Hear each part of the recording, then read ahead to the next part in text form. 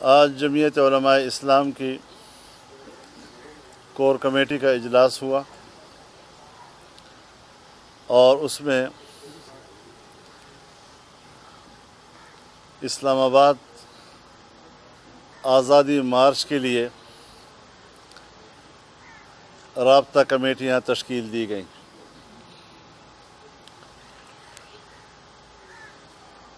سیاسی جماعتوں کے ساتھ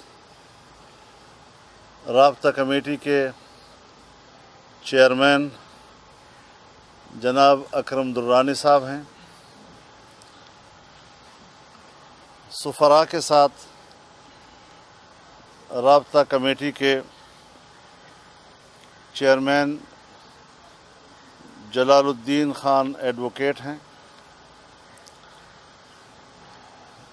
میڈیا کے سربراہان کے ساتھ رابطہ کے لیے جناب اسلم غوری صاحب ہیں۔ چیمبر آف کامرس اور ٹریڈرز کے ساتھ رابطے کے لیے حاجی غلام علی خان کا نام ہے بطور چیئرمین کے۔ وکلاء اور سول سوسائٹی کے لیے رابطہ کمیٹی کے چیئرمین جناب کامران مرتضیٰ صاحب ہیں۔ علماء و مشائخ رابطہ کمیٹی کے لیے جناب خواجہ مدثر سلیمانی صاحب ہیں۔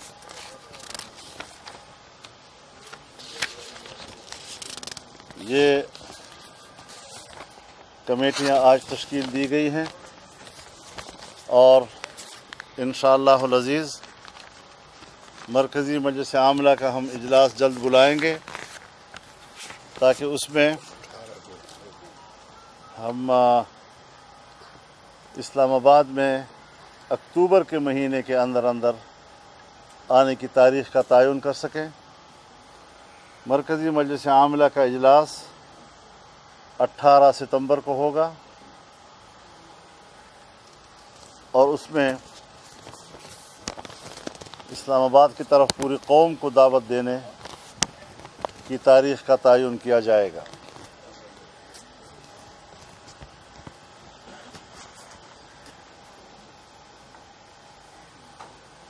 ہماری تمام صوبائی تنظیمیں اور ضلعی تنظیمیں اس وقت رابطہ عوام مہم میں مصروف ہیں اور قوم کے ہر شعبے کی طرف سے ہمیں نہایت مثبت رد عمل مل رہا ہے۔ ہر عام آدمی اس ناجائز حکومت اور نااہل حکومت سے نجات حاصل کرنے کے لیے بیتاب ہے اور ہم بھی اسلام آباد کی طرف مارچ کرنے میں پرعزم ہیں۔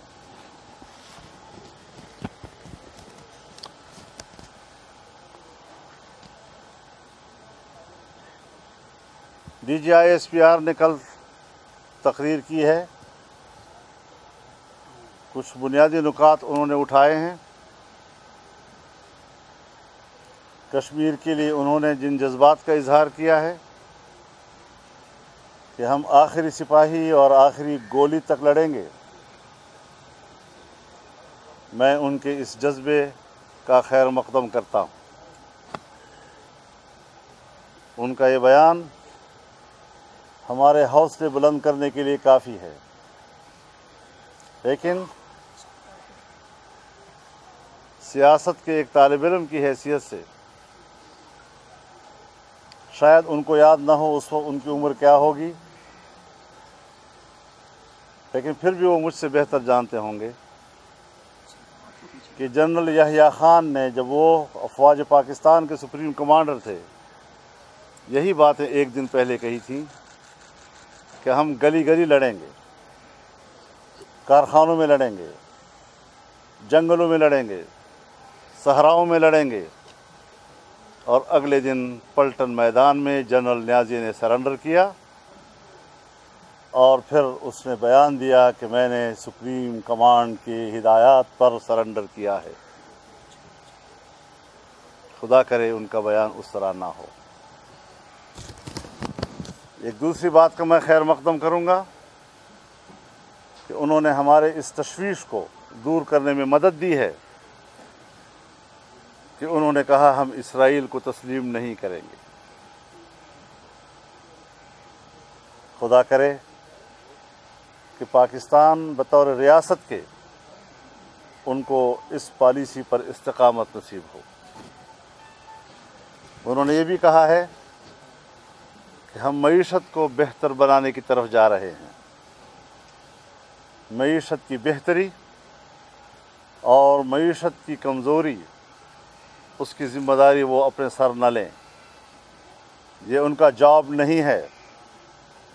دفاع کے حوالے سے بات کریں گے تو ہم اعتماد کریں گے، لیکن معیشت کے حوالے سے یہ ان کا جاب نہیں ہے۔ وہ کس بنیاد پر کہہ رہے ہیں کہ ہم معیشت کی بہتری کی طرف جا رہے ہیں؟ میں ان کو واضح طور پر کہنا چاہتا ہوں کہ حکومت اس وقت حالت نزع میں ہے، اور حالت نزع میں کوئی توبہ قبول نہیں ہوتا۔ لہٰذا اس قسم کے بیانات دینے سے نہ ہمارے عزم میں فرق آئے گا اور نہ حکومت کے خاتمے کے لیے ہماری جدوجہد متاثر ہوگی۔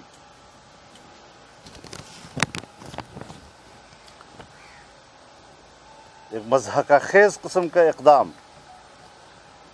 کہ کچھ بڑے لوگوں کے لیے آرڈیننس کے ذریعے قرضے معاف کیے گئے، یہ بھی آرڈیننس بہرحال ایک ویلڈ لیجسلیشن کی حیثیت رکھتی ہے۔ پھر وعدہ قرضے معاف کرنے کا آرڈیننس واپس بھی ایک آرڈیننس کے ذریعے لیا گیا۔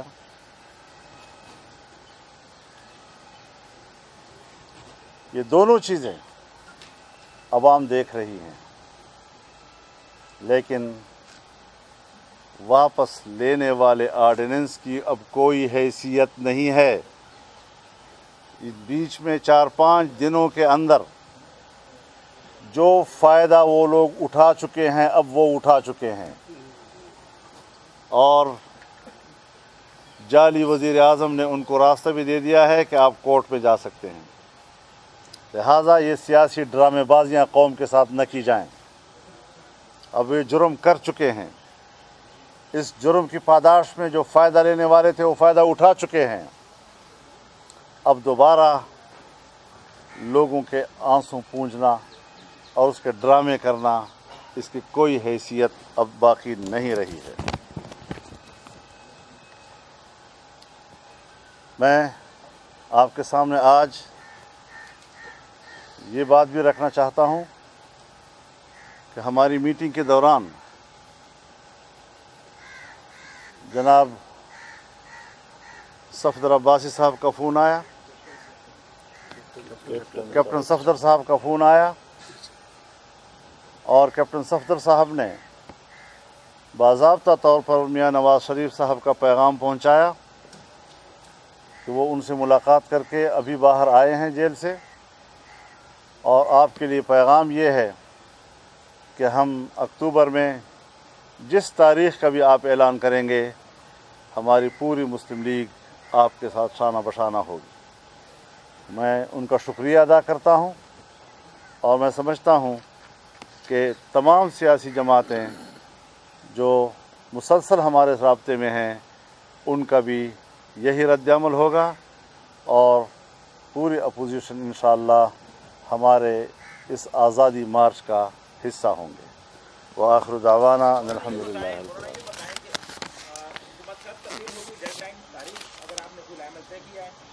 اس کے بعد کیا ہوگا؟ دھرنا جب آپ دیں گے، یہاں پہ آئیں گے اسلام آباد میں، ہماری اسلام آباد کے لاک ڈاؤن کا معاملہ جو ہوگا اس کے بعد ہم لاک ڈاؤن کا لفظ استعمال نہیں کر رہے ہیں، ہم آزادی مارچ کا استعمال کر رہے ہیں۔ چل رہا ہے اس حوالے سے جو آپ بہتر سمجھتے ہیں۔ ہمارے ایسا لفظ استعمال کرتے ہو ہمارے منہ میں بھی ڈال دیتے ہو کبھی کبھی۔ جب آپ آئیں گے تو کیا ہوگا، کیا کریں گے؟ ڈیڈ لائن بتائیں۔ دیکھیے، ہم تو واضح طور پر کہہ رہے ہیں کہ الیکشن جعلی ہوئے ہیں، حکمران جعلی بھی ہیں اور نااہل بھی ہیں، اور سب سے بنیادی اور اصولی موقف ہمارا جتنے بھی مسائل ہوں گے اسی ایک موقف کے گرد گھومتے ہوں گے، چاہے وہ مذہبی حوالے سے ہوں، چاہے وہ جمہوری حوالے سے ہوں، چاہے وہ مہنگائی کے حوالے سے ہوں، چاہے وہ بے روزگاری کے حوالے سے ہوں، چاہے وہ کاروباری حوالے سے ہوں۔ مولانا صاحب یہ بتائیں کہ جتنے بھی اس ملک میں لانگ مارچ ہوئے یا دھرنے ہوئے جو بھی ہوئے، اس کا پہلے قبل از وقت اپوزیشن ایک چارٹر آف ڈیمانڈ کا اعلان کر دیتی ہے، تو کیا آپ کے اس آزادی مارچ کا چارٹر آف ڈیمانڈ کا اعلان کب تک کر دیا جائے گا؟ میں نے آپ کے سامنے چارٹر آف ڈیمانڈ رکھ دیا ہے۔ مولانا صاحب یہ بتائے گا کہ ابھی آپ نے اعلان تو کر دیا، لیکن کچھ چہمگوئیاں یہ بھی ہو رہی ہیں، کچھ اخبارات نے بھی یہ شائع کیا ہے اور کچھ سیاسی حلقوں میں بھی یہ بات ہو رہی ہے کہ آپ کو حفاظتی تحویل میں لینے کی حکومت حکمت عملی اپنا رہی ہے، کیا آپ اس بات سے واقف ہیں؟ اگر ہیں تو اس کی کیا حکمت عملی آپ نے ابھی تک اپنائی ہے؟ چارٹر آف ڈیمانڈ بھی ایک ساتھ بتا دیں۔ یہ سوال مجھ سے کرنے کا نہیں ہے، جہاں سے آپ کو اس قسم کی باتیں پہنچ رہی ہیں وہیں سے آپ ان کی وضاحت طلب کریں۔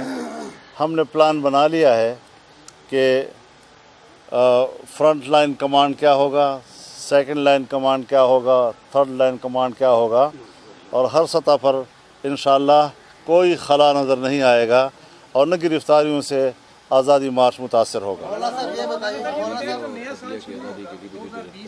وہ تبدیلی کا سورج لے کے آئے گا یا اس وقت بھی آپ اس تبدیلی کی جنگ لڑ رہے ہوں؟ یہ تو پھر جدوجہد جب آپ شروع عمر کی ہے کہ نظم کتنے ایک دن میں آپ اپنا جدوجہد جو ہے اس کو شروع کیا جاتا ہے، اور کبھی بھی دنیا میں ایسا نہیں ہے کہ آپ لوگوں کو کہہ سکے کہ ایک دن یا ہفتہ یا مہینہ، اور اس کا ایک تسلسل پھر جاری رہتا ہے۔ تو اس حوالے سے جو بھی حالات آئیں گے انشاءاللہ وقت کے ساتھ ساتھ اس کی حکمت عملی کا فیصلے بھی ہوتے رہیں گے۔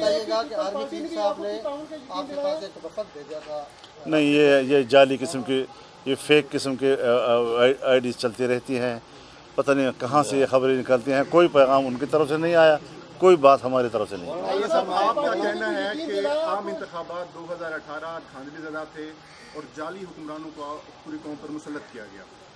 آپ کے متحدہ مجلس عمل کے کل کتنے امیدوار تھے جنہوں نے عام انتخابات 2018 میں حصہ لیا؟ کن حلقوں میں دھاندلی ہوئی اور آپ نے کون سا آئینی اور قانونی فورم استعمال کیا؟ کیا اسمبلیوں سے استعفے بھی دیں گے؟ یہ سارے آپشنز اب موجود ہیں، اور اب ان کو ہم نے وابستہ کر لیا ہے آزادی مارچ کے ساتھ۔ اس کے قدم بقدم ہم یہ ساری چیزیں چلائیں گے۔ ہم نے الیکشن کو مجموعی طور پر مسترد کیا ہے، ہم کسی ایک حلقے یا دو حلقوں کی بات نہیں کر رہے ہیں۔ جو اپوزیشن کی جماعتیں کامیاب ہو کر آئی ہیں، میرا تو پہلی بھی رائے یہ تھی کہ حلف نہ اٹھائے جائیں، لیکن تمام اپوزیشن جماعتوں کے اصرار پر ہم نے یہ قبول کر لیا اور ہم پارلیمنٹ میں چلے گئے۔ لیکن میں اب بھی یہ سمجھتا ہوں کہ ہمیں پارلیمنٹ کی موجودگی کے سوال پر بھی بیٹھنا ہوگا، اور اپنے آزادی مارچ کے بعد اس حکمت عملی اس کو بھی اس حکمت عملی کا حصہ بنانا پڑے گا۔ یہ فرمایا کہ آپ نے مسلم لیگ کا تو پیغام تو سنا دیا ہے، پیپل پارٹی کی باتیں ہو رہی ہے کہ وہ اندر خانے ڈیل کر رہی ہے، ان کی طرف سے آپ کو کیا کوئی واضح پیغام ہے؟ میرے خیال میں جس طرح ڈیل کی باتیں نواز شریف کے حوالے سے ہوتی رہیں اور دم توڑ گئیں، دوسری جماعتوں کے حوالے سے بھی چند روز کے اندر پوزیشن واضح ہو جائے گی کہ یہ صرف آزادی مارچ کو مشکوک بنانے کی کوشش تھی، اور حقیقت اس سے علاوہ کچھ اور ہے۔